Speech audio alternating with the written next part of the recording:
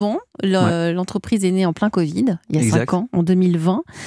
Vous êtes né à Rouen et le gaspillage, ça a toujours été un sujet qui vous tenait à cœur. Ouais, complètement. Pourquoi? J'ai cette aversion toujours contre le gaspillage. Et pourquoi? Il y en avait beaucoup, enfin, chez vous, c'était très Ça a été rempli? traumatisé? Pourtant, non, je pense que je fais partie Allongez-vous. d'une génération plutôt sensibilisée sur la Ouais. thématique en soi. Je pense que c'est surtout ça. Mmh. Aversion pour le gaspillage et ouais, cette volonté d'entreprendre, c'est ce qui m'a amené justement à créer Ficha, ouais. Surtout que donc vous avez passé votre bac, vous vous êtes tourné vers une formation en économie appliquée avec une spécialité en développement Exact. durable. Et vous, ce qui m'intéresse, c'est que vous êtes parti non pas du consommateur, comme je le disais, mais du moment où les camions de collecte viennent récupérer nos déchets. Ouais, à la base, Comment on en vient là? on était donc à l'école de commerce de Grenoble. On s'est retrouvé avec Vincent, qui est aujourd'hui mon cofondateur. Et le geste de tri, c'est le deuxième geste citoyen après le geste de vote. Donc ça, on le savait. Et pourtant, le constat, c'était que nos amis étudiants ne faisaient pas forcément le geste de façon systématique. Et donc, on s'est demandé pourquoi, dans un premier temps. On a regardé un peu ce qui se faisait justement en Europe. Et on parlait de l'Allemagne tout à l'heure. Il y a ce système encore de consignes. Et donc, très vite, on s'est dit, pour inciter les particuliers, et notamment nos amis étudiants, à trier leurs déchets, il fallait les récompenser. C'est comme ça qu'on est parti, ouais. Vous êtes parti là-dessus. Ficha est né en 2020. Ficha, c'est le verlan d'affiches. C'était aussi pour reprendre toutes les affiches qu'on voyait aux arrêts de bus, Ouais, c'est aux ça. arrêts de En fait, on tram. a commencé dans un premier temps, c'est l'idée de Vincent, donc c'était de reprendre les affiches aux abribus, que l'on peut voir donc, notamment chez JC Decaux, Clear Channel, etc., pour les proposer à la vente pour nos amis étudiants, pour de la décoration murale pas chère. Nous, on était étudiants à Grenoble. Il y a c'est une ville très étudiante. Il y a énormément de turnover, si je puis dire. Et donc, on avait cette idée de, pourquoi pas, les aider à décorer leurs appartements avec ces affiches.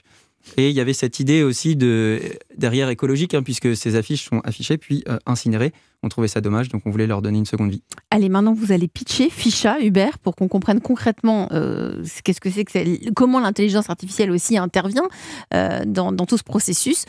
On vous écoute pendant 1 minute et puis on va vous poser plein de questions. Êtes-vous prêts? Ouais, très bien. Ficha, c'est quoi? Comme Benjamin, donc 75% des Français doutent sur le geste de tri. C'était une bonne... Et donc, accroche. typiquement, les erreurs de tri, il y a un gros problème écologique derrière, un problème de quantité et de qualité de matière triable. Ça coûte relativement très cher aux collectivités. Et donc, elles ont besoin de mieux sensibiliser. Ça leur coûte cher en termes écologiques et économiques. Donc, nous, on les aide, tout simplement parce qu'aujourd'hui, elles sont complètement démunies. On aide en développant des modèles d'acquisition d'images, de traitement d'images, que l'on place dans les camions et dans les bacs de tri. Dans les camions, à chaque bac jeté, on prend une photo du bac, on traite la photo, on sait dire quel est le contaminant et on géolocalise la photo pour remonter ensuite les informations directement aux collectivités pour qu'elles sachent quel message il faut dire et où cibler leurs actions de sensibilisation. Et on fait la même chose dans les poubelles. Cette fois-ci, on fait une poubelle connectée qui récompense le tri sélectif. C'est très clair. Merci de vous être prêté à cet exercice du pitch. Hubert Ménard, cofondateur de Ficha. Vous en pensez quoi autour de la table? Philippe Sauce, le coach moi, j'ai de trouvé ce très... soir sur Europe 1. J'ai trouvé très intéressant parce que, notamment, il y a un exemple qui m'a vraiment frappé, c'est sur le fait que dans une benne, il y a des gens qui puissent jeter des bouteilles de gaz Ah ouais? et que cela puisse comporter un risque énorme pour même les éboueurs, Faut avoir envie de le faire. etc. Je comprends pas ce qui se passe dans la tête. C'est un élément que j'ai récupéré à travers l'étude que j'ai faite de votre société et j'ai trouvé ça très très intéressant.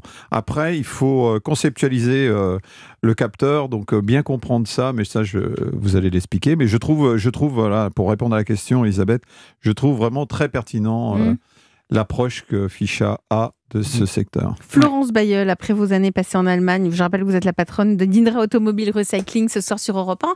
Votre regard sur Ficha, vous en pensez quoi? Alors, Vous êtes une experte. Je ne sais pas si je vais aller chercher en Allemagne, mais je vois bien l'intérêt de ce type d'application. Nous, on collecte des pare-chocs. S'il reste des agrafes, s'il reste du métal sur un pare-choc, ça nous pose une difficulté énorme. Donc, on travaille sur les mêmes types de recherches pour pouvoir avoir des photos et analyser la qualité de ce que l'on peut récupérer. Donc, c'est vraiment, je pense, le futur du recyclage. Vos clients, ce sont les collectivités? Ouais, collectivités et opérateurs de collecte. Aujourd'hui, si vous êtes parmi nous sur Europe 1, c'est aussi parce que vous avez des besoins ou vous êtes 30 personnes dans l'entreprise. Ouais. C'est fort, ça? Ouais, effectivement, comme on disait, c'est aussi l'avenir, je pense. Donc, on a une grosse partie technique qui est à Grenoble. On doit développer donc notre capteur à la fois sur le produit, donc un service plutôt tourné hardware et un service aussi très tourné intelligence artificielle pour qu'il soit capable de détecter donc l'intégralité des matières. Et la récompense, c'est quoi alors? Ça donne à quoi comme récompense si on Alors se on comporte essaie d'être bien, assez cohérent effectivement avec notre sujet. Donc on a des récompenses sur les mobilités douces par exemple. C'est-à-dire, ça veut dire quoi les mobilités? Des trottinettes par exemple, des Donc, trajets en des trottinette, des abonnements, On peut bus, avoir des du abonnements en tram, des trottinette. places de cinéma. D'accord. Exactement. Ouais. Non mais c'est important, il faut en parler quoi d'autre. Ouais. Je crois qu'il y a des bons d'achat à la Fnac. Il y a des bons d'achat, Faut- effectivement, dans des distributeurs. On essaie d'être assez éclectique, effectivement. Quand on a commencé, on s'est dit qu'on allait réussir à faire trier les Français, ce qui est relativement pas si simple. Et après 5 ans, ce que je peux dire, c'est qu'en fait, on a différentes sensibilités et on essaie de parler justement à toutes ces sensibilités-là. Donc l'avantage, c'est que la récompense parle à une certaine catégorie de personnes, notamment les enfants. Ça peut les aider. Donc il faut avoir une offre assez éclectique pour parler à tous justement ces besoins. Philippe Sauze, les forces de la start-up, c'est quoi? Déjà Quelles l'équipe, déjà Ils son sont team. Alors ils sont deux et demi, Cofondateurs. on De va dire cofondateurs, trois. mais ils sont 30 Parce- dans l'entreprise. Ouais. Voilà, ils sont 30, mais par contre, il y a quand même un trio magique, si je peux exprimer, parce Oui. que, comme à chaque fois, vous avez l'idée, Vincent a une idée aussi, mais il faut trouver quand même derrière l'engineering. Exactement. Et là, vous avez un first-class développeur d'origine indienne, Ouais. si vous voulez en parler un petit peu. Ouais, c'est ça. Donc typiquement, on s'est rencontrés sur les bancs de l'école Ouais. avec Raj. Nous, à la base, on n'avait Raj, pas... donc Exactement. son prénom. Hein. Ouais, on n'avait pas forcément justement l'idée de savoir ce qu'on allait faire dans un premier temps. On avait besoin d'un ingénieur. Pour tout vous dire, pour moi, un ingénieur savait à peu près tout faire. Donc on a demandé, on a fait une fiche de poste. L'avantage de Grenoble, c'est que le tissu ingénierie est relativement très intéressant. Et donc Raj a postulé, toujours avec cette envie d'entreprendre. Et donc derrière, ensuite, ça nous a permis de nous tourner vers l'intelligence artificielle. Ouais. Donc une très belle équipe déjà, bien Autour d'Hubert. structurée. Voilà. Une force de l'IA dans ce domaine. L'IA est vraiment... Fallait y penser, l'IA dans les poubelles quand même. Hein. Oui, Non, mais c'est fort. vraiment, c'est vraiment un point fort hein, pour tout ce qui est optimisation des process, analyse de données, précision du tri, personnalisation des services. C'est vraiment l'innovation continue, le suivi en temps réel également. Exactement. Parce que ça, c'est quelque chose de fondamental. On a reçu dans l'émission d'Elisabeth le président de Paprec, qui nous a expliqué un tout petit peu qu'effectivement, eux aussi triaient encore à la fin. Hein, c'est-à-dire quand C'est sans fin. C'est sans fin. Ouais. Donc c'est sans fin. C'est parce comme que pour il y avait une vraie encore automobile 10, je recycling, me on souviens plus continue. du pourcentage, mais effectivement c'est sans fin. Donc voilà.